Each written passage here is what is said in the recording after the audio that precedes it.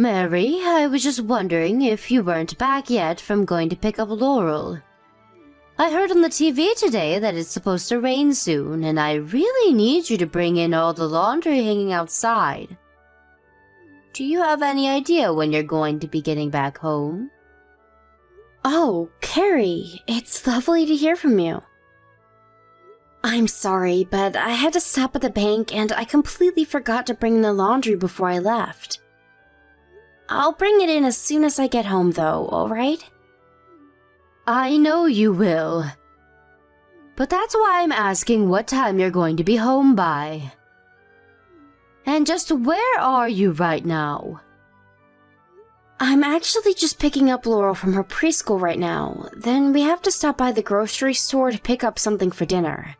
So if I had to guess, it would probably be about another hour and a half or so. You're not going to be here until 3:30? But it's practically going to be dark by then. You need to hurry up and get home as fast as you can, Mary. The laundry is not going to take care of itself. Right, yeah, sorry about that, Carrie. By the way, you're done with your period for the month, aren't you? Yes. It finished just the other day, if you really must know. Good, then you don't have any excuse to be lazing around the house anymore and complaining so much. Anyways, I guess that means that I can count on you giving me a second grandchild in the next year, yes? Carrie, we've talked about this before, remember?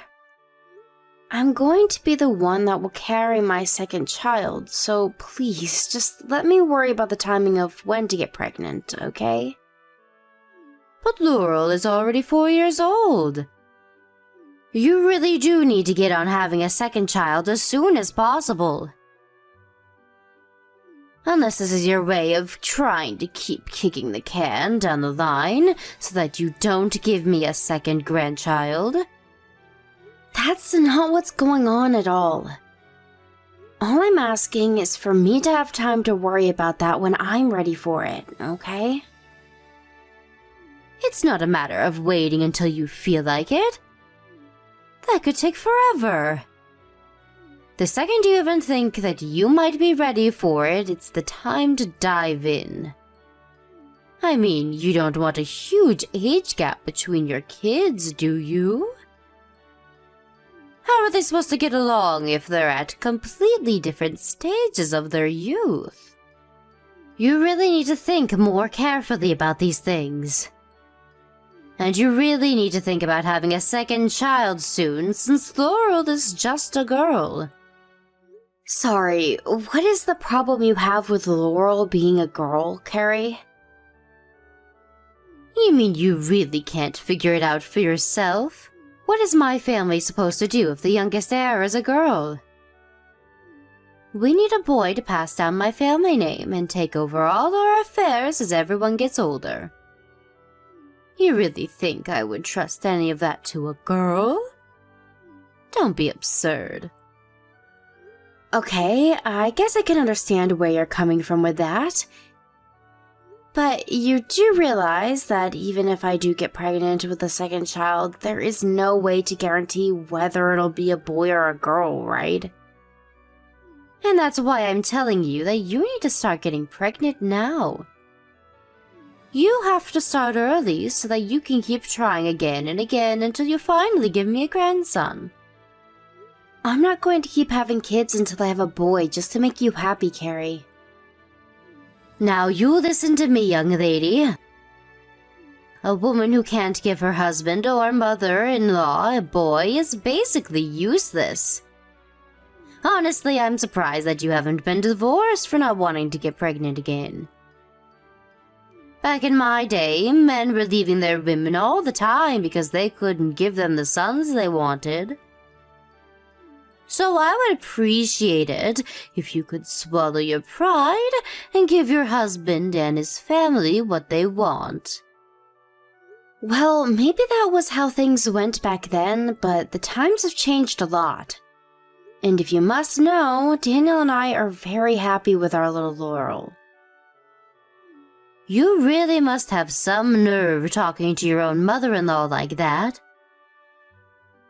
Someone really ought to teach you some respect. Anyways, just hurry up and get pregnant already. That really should be the least that you can do for your family. Don't go patting yourself on the back just because you shut out some useless girl. I want a grandson, and I want one now, understand?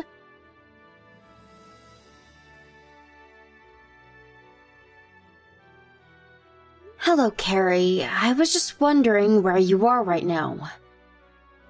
I'm grabbing a little coffee by the City Met station, if you must know. Then after this, I was going to the movies to see something with a friend of mine. Right, but Laurel is crying a lot right now. And what makes you think that that's my problem, huh? Well, she's telling me that you were saying some horrible things to her and being mean. Did you say something to her while I was busy cleaning the house today? Oh, I don't know. I was so busy getting ready to start my day, I don't remember every little word I said to her. You mean that? You really have no idea if you might have said something to upset her. Of course not. Laurel is just a big crybaby. She would cry even if I looked at her funny. And you're being a bad mother by encouraging this kind of behavior. You really need to set your daughter straight and tell her to grow up. Carrie, I'm not sure what it was that you said to Laurel, but I'm asking you to please not do that again. And just what makes you think that I even did anything, huh? Because your little girl said I did? Does Laurel have any proof or any kind of evidence that she's telling the truth? How can you just take a child's word over mine? Because I really don't think that she's a crybaby who would burst into tears for no reason. And I think that you might have said something to her or been needlessly strict with her, and now she's acting like this. And even before this, I saw when you were playing with Laurel not that long ago. You took her toys from her and threw it across the yard. Oh, please. It was not like that at all. I just happened to get it caught on my foot and it just went flying. I can't believe that you and your daughter are so willing to attack me like this. I didn't even do anything, and yet I'm being treated like I'm some sort of villain. It's outrageous. Carrie, I know very much how you feel about only having a granddaughter. But the fact is that Laurel is your granddaughter, okay? Not only that, but she's only 4 years old. Can you please just be a little nice to her? If you're looking for someone to blame, why don't you try starting with yourself, huh? You gave birth to a daughter, so all of this is your fault anyways. You've always been useless, and you always will be. I wish you would have given me a grandson and not a granddaughter. So you're telling me that the only reason you're treating Laurel this way is because she's a girl? You really think that you would treat your grandson differently if you had one? I'm sorry, but if that's really the case, I think we might have to rethink living with you. What did you just say? I can't believe that you would try and threaten me like that. What's the matter with you? I'm not making a threat, Carrie, but I am saying that I'll have to talk with my husband about how you've been treating our daughter. If you're refusing to even listen to what I have to ask of you in terms of Laurel, then that's on you. How dare you try and turn my own son against me? It's bad enough having to deal with you and Laurel. This is why I wish that you had a son, Men are so much easier to deal with than women. Can't you just hurry up and get pregnant so I can meet my grandson already? So you really just hate women in general? Even though you're a woman? And do you have some kind of problem with that? Just what is wrong with me wanting to have a grandson, huh?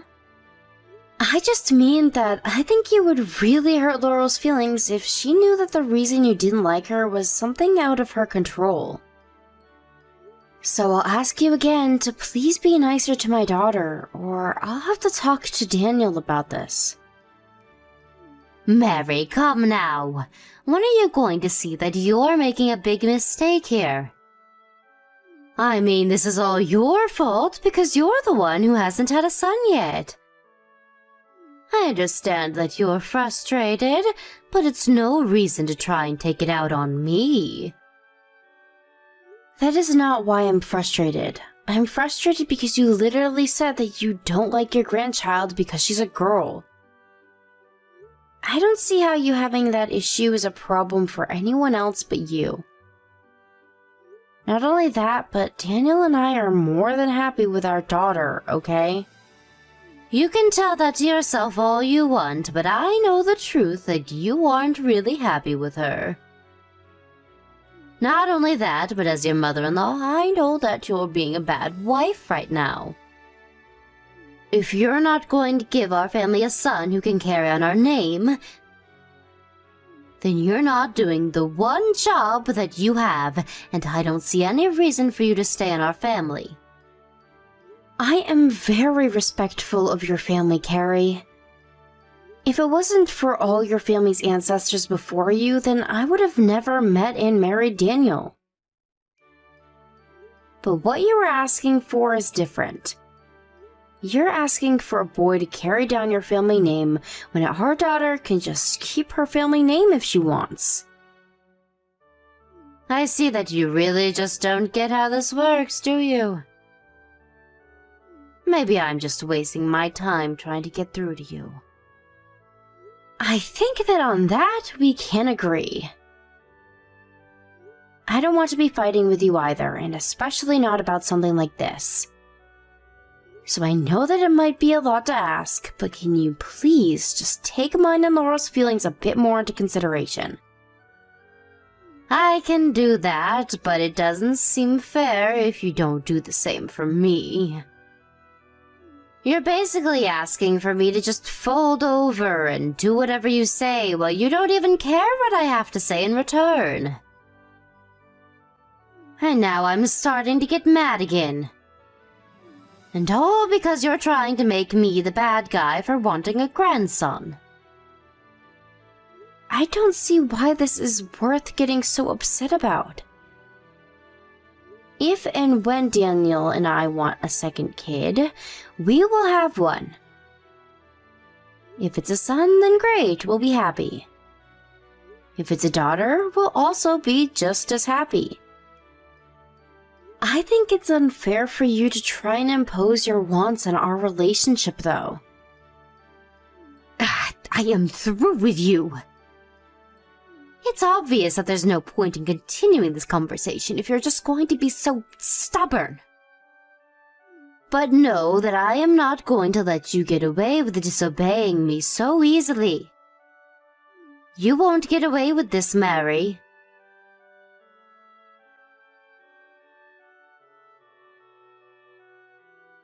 Hey there, Carrie. I was just wondering where you are right now. I'm at a friend's house, if you must know. I know that you're sick, which means that I knew I wouldn't be able to count on you for lunch. So I messaged a friend and asked if I could come over to their house and eat with them. I see. But do you know where Laurel is? I can't seem to find her anywhere. I was just wondering if you didn't take her to your friend's house while I was in bed sick. No, I didn't take her with me. What would even make you think that? In fact, now that you mention it, I think she just ran off all by herself. I guess she finally understood that nobody wanted her anymore and she left all on her own. What do you mean she left? Like she ran away from home or something? That's right, she just ran off. Hopefully never to come back. Carrie, what is the matter with you? This is a 4-year-old girl that we're talking about here. What if something happens to her? Don't tell me that you're really going to try and blame me for this too, are you? It's not my fault that your daughter chose to run off by herself.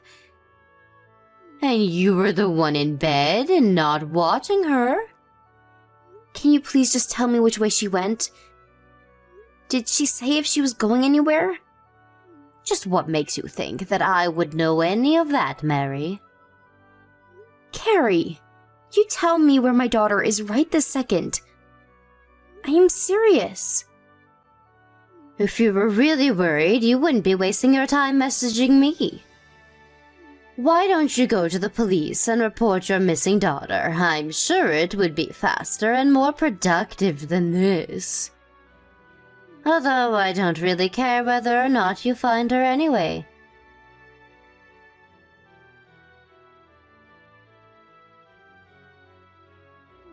Mary, just what do you think you're doing, huh? Are you really going to try and move out of here? Why is Daniel packing up his stuff right now? Tell him to stop right now. You can't do this to me.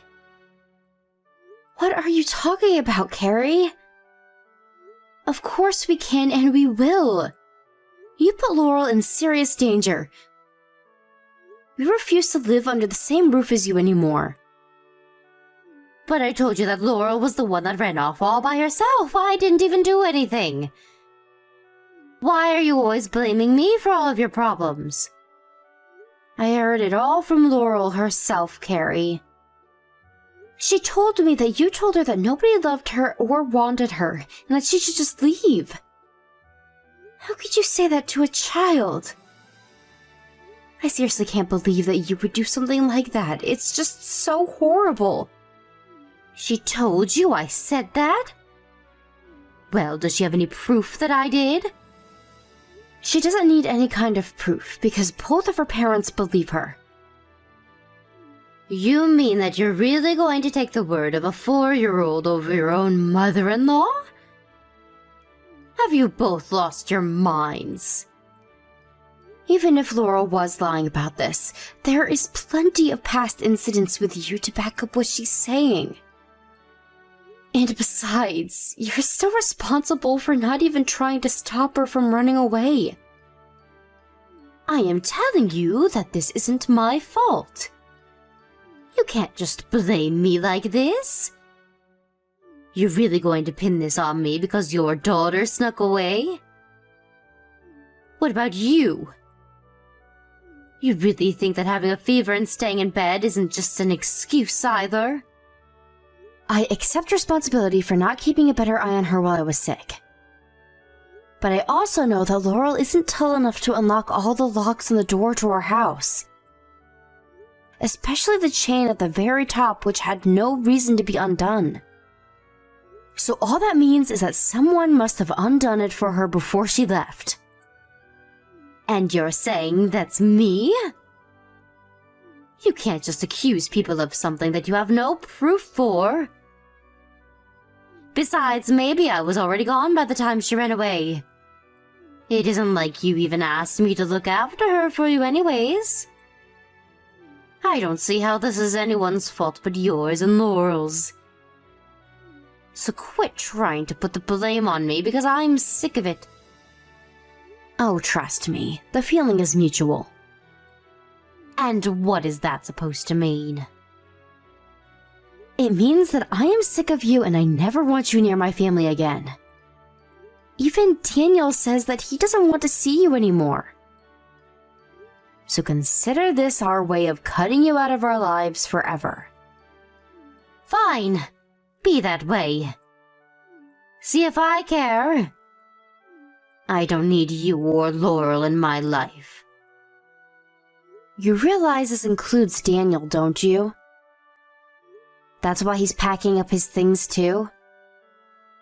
But he told me that he's just going to be living somewhere else. Although now that I think about it, he's ignored me ever since he told me that and went upstairs to start packing. He texted me and said that he just doesn't have the strength to respond to you after what you did.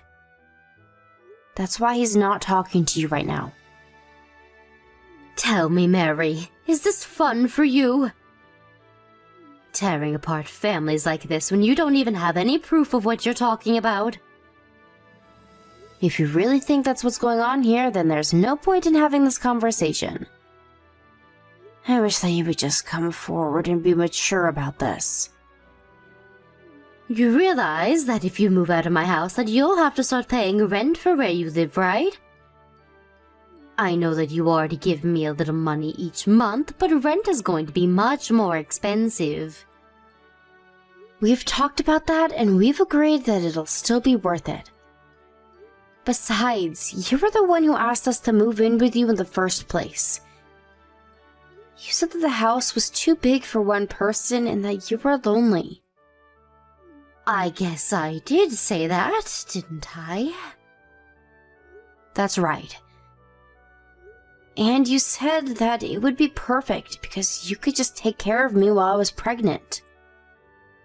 But obviously all of that changed once I had Laurel. After that, I don't think you ever had a kind word to say to my daughter or I. In fact, you have no idea just how patient I've been with you throughout all of this. But I told you that if you moved in, that I would want you to give me a grandson, remember? I wasn't being mean, you just didn't hold up your end of the deal. You have literally had children before. Do you think that you can just decide what your baby comes out as? And do you really think that's an excuse to treat Laura how you did? You made her cry, and then you chased your only grandchild out of the house because you told her that nobody loved her. If you think that there is any way to come back from that, you are just delusional. Please, can't we just calm down and talk about this? I mean, she was safe in the end, right? Don't you dare tell me to calm down after what you did to my daughter. What if she was in an accident, or got kidnapped, or got hurt somehow? Except for the fact that she did get hurt by you. Okay, geez, I can apologize to her if that'll settle this whole thing between us. Then we can just put this all behind us, right? Is that what you want? You really think that this is all just going to go away? I don't want you anywhere near my daughter ever again. But she's my granddaughter. You can't just keep her away from me like that. Actually, I can and I will. You should stop thinking of yourself as her grandmother because as far as Daniel and I are concerned, you're nothing to any of us. But I said that I'll apologize. Shouldn't that be enough? What can I do to make you forgive me? Nothing. I am never going to forgive you, and that's why we're moving out. The only regret I have is that we didn't do this sooner. But how are you going to find a place to live on such short notice? You can't just move out in a day. Nobody can do that. Please, you don't have to do this. Thankfully, you don't have to worry about that. That's for Daniel and I to figure out. I don't see any reason why I need to explain anything more to you. I'm so sorry. I didn't want things to go this way. It's way too late to try and apologize for what you've done now. Surely there must be something I can do to set this right, though, right? No, you've already done enough, thank you very much. If you really want to do good by us and by Laurel, you can leave us alone and never talk to us again.